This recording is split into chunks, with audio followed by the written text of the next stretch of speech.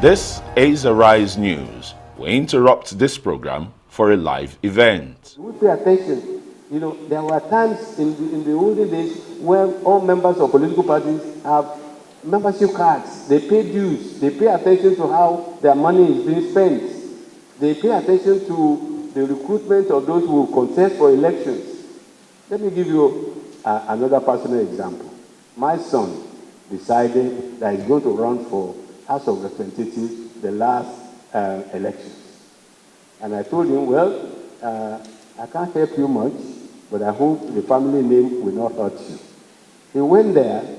They will not even compete in the primaries because they say, oh no, it's, here we do consensus, which means the godfathers will decide who the candidates are.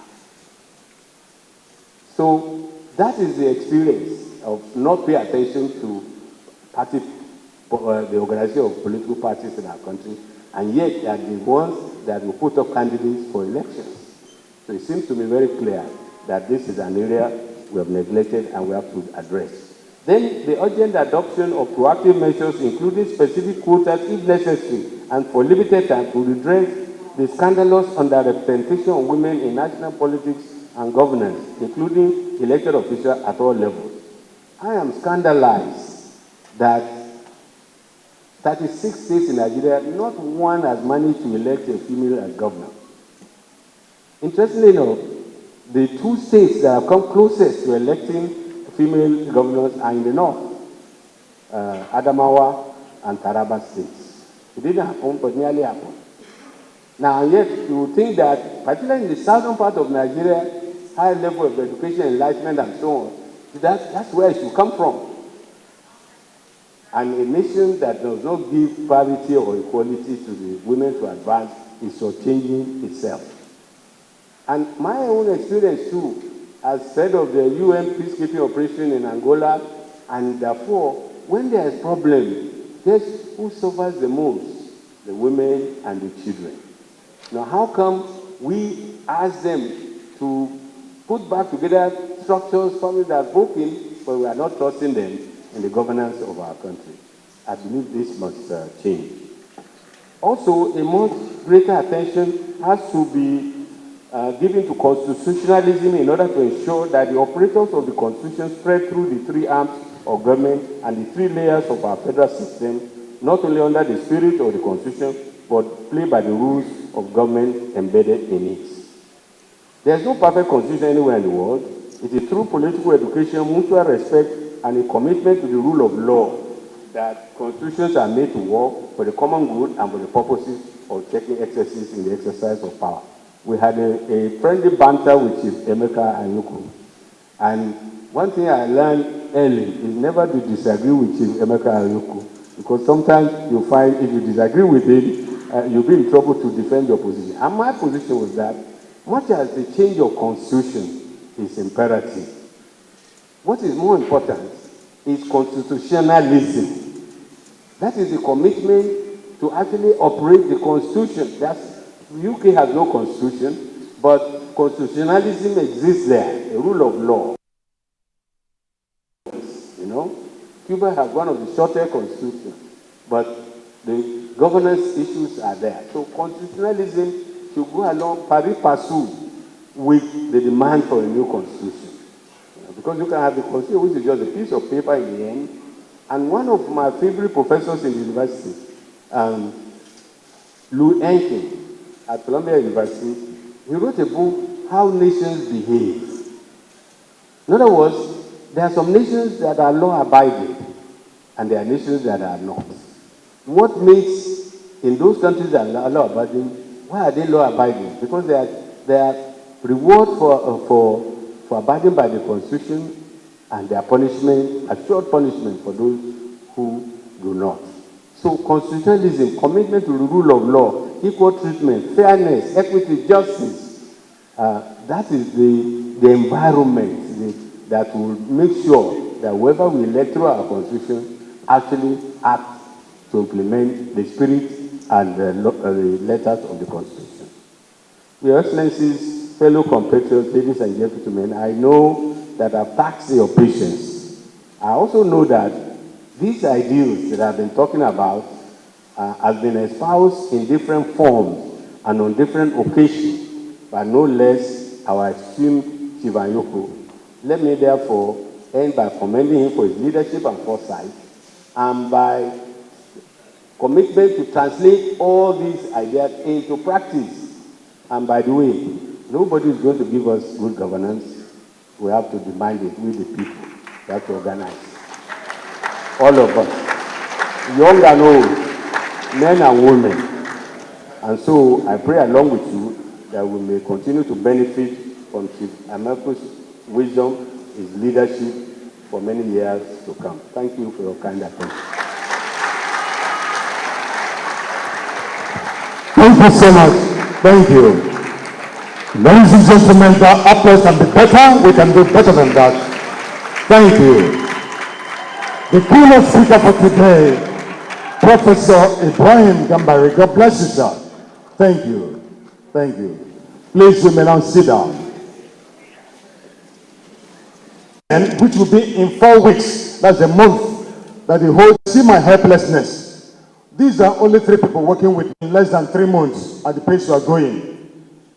And he says, sir, the 3 of us cannot. They say, okay, 3 months to accomplish it, right? Know what I'm going to job done in 1 month. He took his 4 years baby. He said, let it come now. He said, it will take some months, it won't be now. Or my sister will not come out. That's the language. He didn't say burn. Yes, get more men to do the job. Months. He wants to see his brother in 1 month if possible. Members of the press, are we saying the same thing, everyone? All right. Okay, sorry. I've been made to understand that due to time, the man on whose honor we are all gathered this afternoon for his remark. If I were you, I would appreciate this accomplice. Provide with a round of applause. Big round of applause. Thank you. Chief Emeka Anyaoku. God bless you, sir. God bless you. Please still clap. His Excellency the Governor. My first word must be to thank His Excellency Governor Peter Mba for hosting this lecture here in Enugu. And also to thank the Youth Affairs International, who have been organizing these lectures now for 40 years. I remember the day that they came to see me 14, 15 years ago, led by Johnson Obonna, to ask me to agree to their instituting these lecture series in my name. And I was very impressed that our young people should be thinking about that. And so I said yes.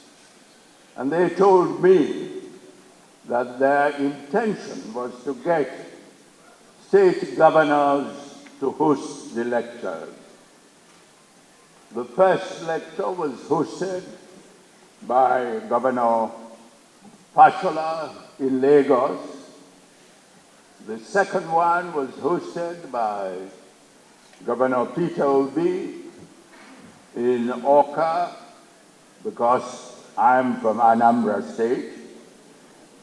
And in the series, different governors have hosted the lectures. The last one was hosted by Governor Fubara in Port Harcourt, and before him was Governor Eno in Uyo. And I'd like to thank the Youth Affairs International for sustaining the lecture series. I would like to thank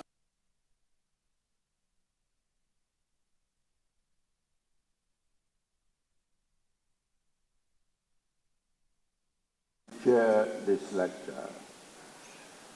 But my special thanks will go to Professor Ibrahim Gambari, who flew in from New York. He's had a very punishing itinerary. He left New York, came to Lagos, from Lagos, without spending any day or night. He came to Enugu by way of Anambra Airport. I'd like to thank you, Ibrahim, for taking that trouble.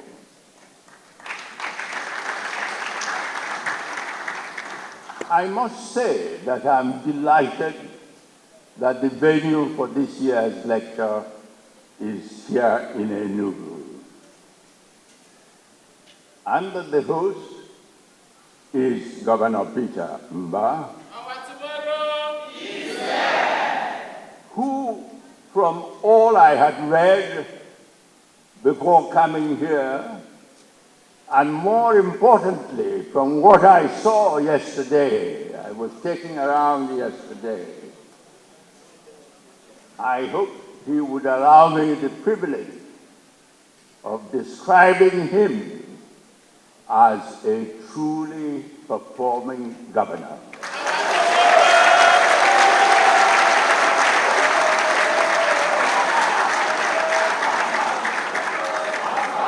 Because yesterday I was given glimpses of projects that have in active progress towards completion. I saw, for example, this magnificent center,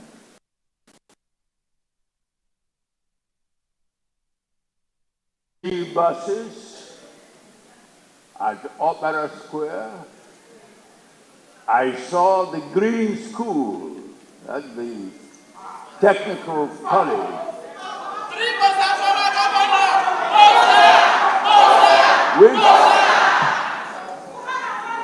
which I gathered that the governor's plan is to replicate these schools in every constituency, electoral constituency in Enugu, and I'm told there are as many as 260 of them.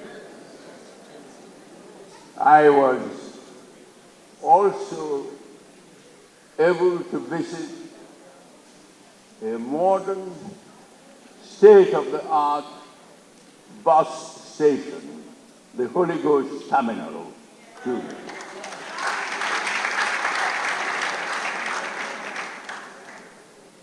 So I would say that Governor Peter Mba is genuinely transforming Enugu,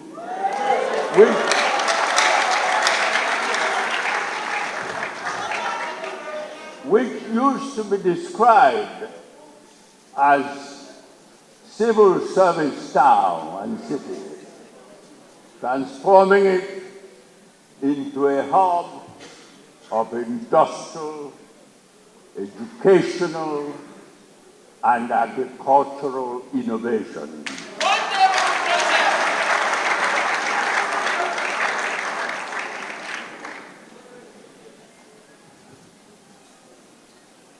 The surprising thing, I find, is that all these developments are going on with little publicity. I had expected, as my experience of visiting many other states in this country, my experience has been that in places where you've had 2, 3 projects, you have had massive publicity of them. But not so here in Enugu. So, Governor Peter Mba is not only a performing governor, but a quiet performing governor.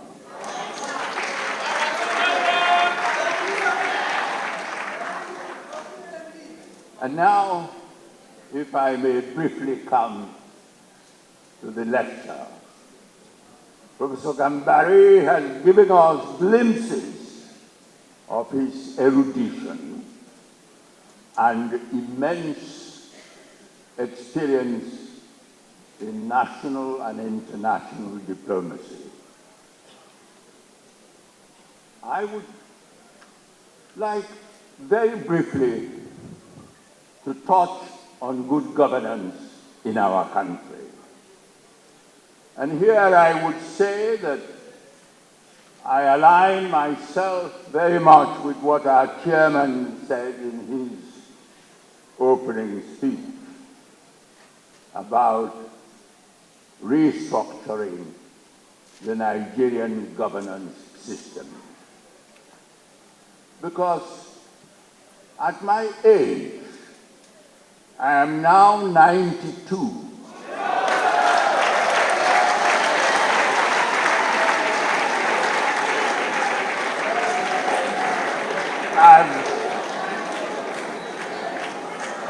I have had the privilege of living through Nigeria's history. And my regret is that Nigeria is essentially still a country and has not become a nation. We are still struggling a nation because some of the challenges we face now, I believe, can be better managed if we were a nation of citizens who would be imbued with national patriotism, who would want to work for their nation. We have not become a nation. Nigeria is still a pluralistic country. And as I have said on a number of occasions, pluralistic countries are over the world. Those of them that have succeeded in surviving and remaining individual political entities, in those who have pluralism through genuine federal constitutions.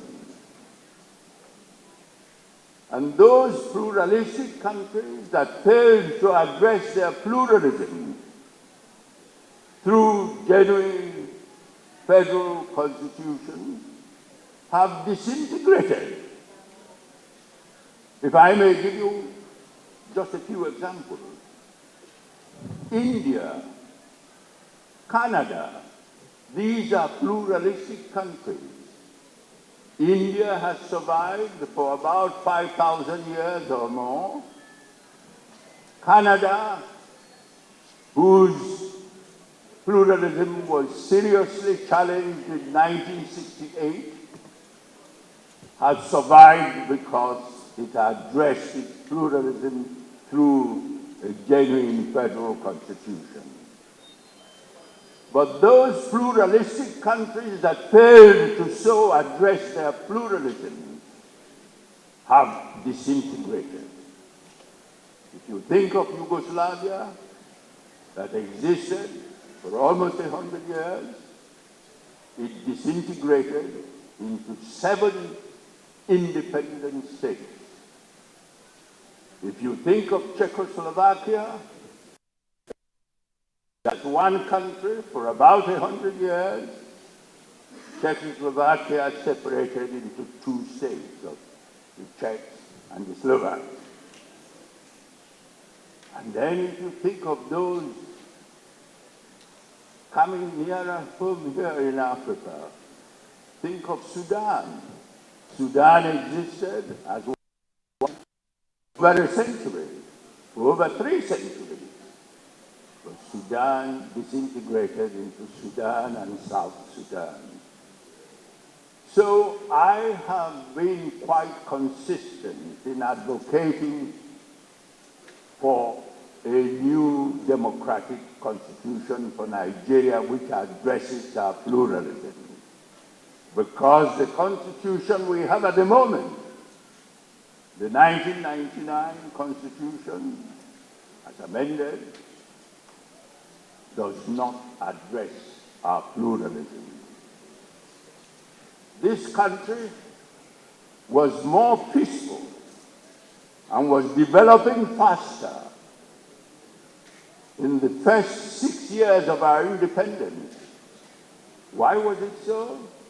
Because we had a genuine federal constitution which allowed the 4 regions to take care of their internal development, their social facilities like education, health, and their internal security have become what I would describe as a unitary governed country.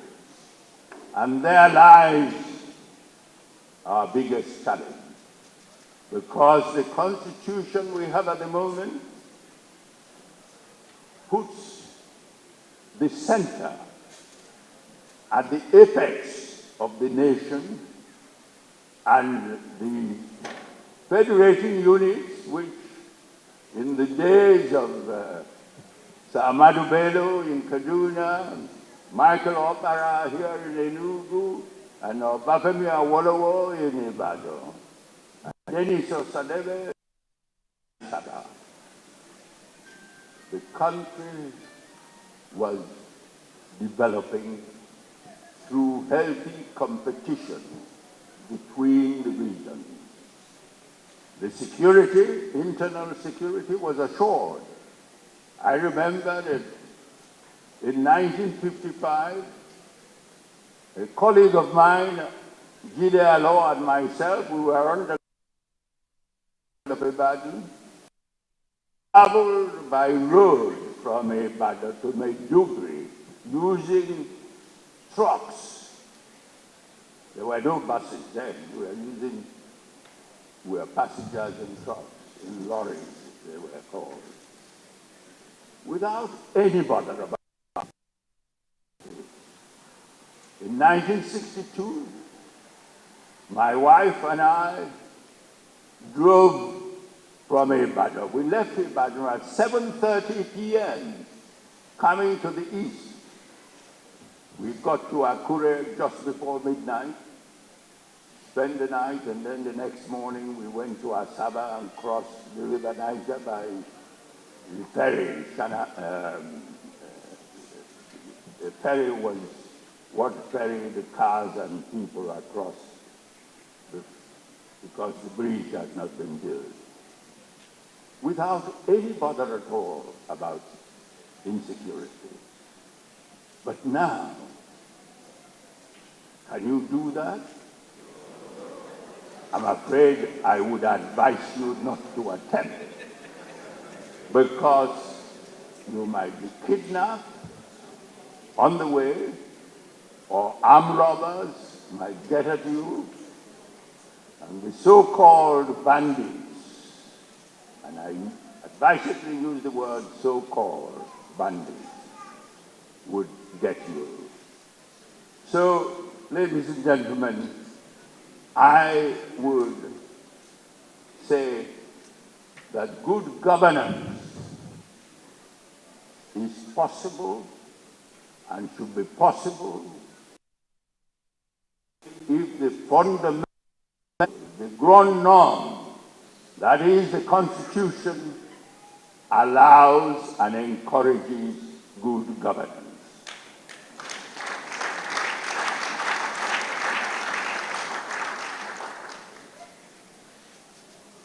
Finally, I would like to thank you, the audience, for coming here to listen to the lecture and listen to the remarks made from this podium. I hope you will find the occasion not only an entertaining, but also a useful experience. I thank you all.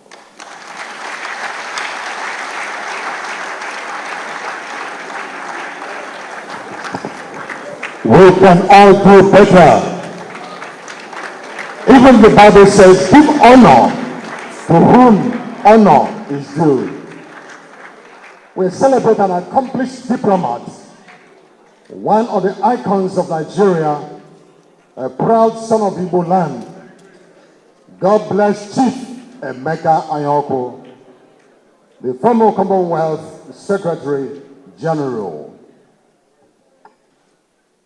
You may sit down. God bless you. God bless you. God bless you.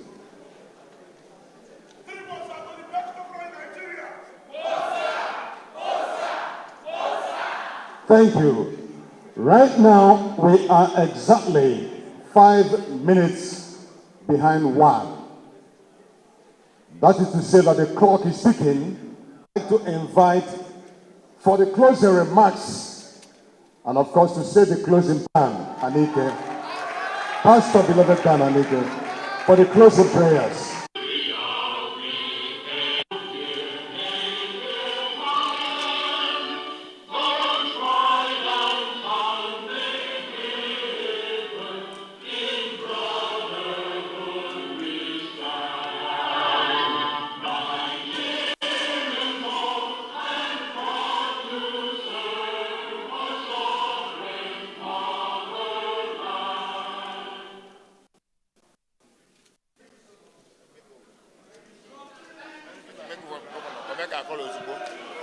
Just come to this side. Just come. Yes, not governor, not governor. No, let him pass.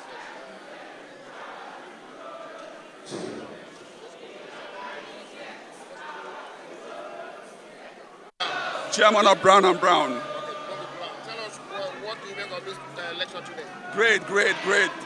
I tell you, Professor Gambari was fantastic. Ikemwachuku, great. Old friend of mine, His Excellency Emeka Anyaoku, looking fantastic. Looks better than people that are 60-something years. He's a wonderful person. Great lecture, great lecture. Thank you, okay?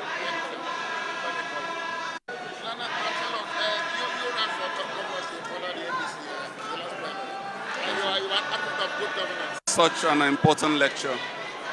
Listening to our elders speak the wisdom. You know, it's not so much about the theory, but the practicality.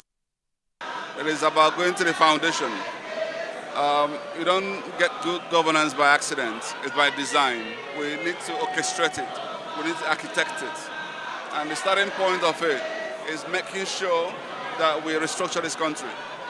How do we create a system that recognizes that Nigeria is yet to move from being a country to a nation? How do we manage our pluralism? And listening to Chief Emeka Anyaoku today, and such an erudite, impeccable character, and watching and listening to the rest of the other people who spoke, from Governor Mba to General Ikemwachuku to Professor Gambari, I'm elated. I'm happy to be here. I'm learning. There's a whole lot that we need to do to actualize a better Nigeria. And I think that the younger ones need to listen to what happened here today. And go beyond also listening, is also the acting, the doing of it. How do we change this country? The Nigerian people must say no to all the nonsense. We need to make sure that this country changes for good. God bless you. Thank you.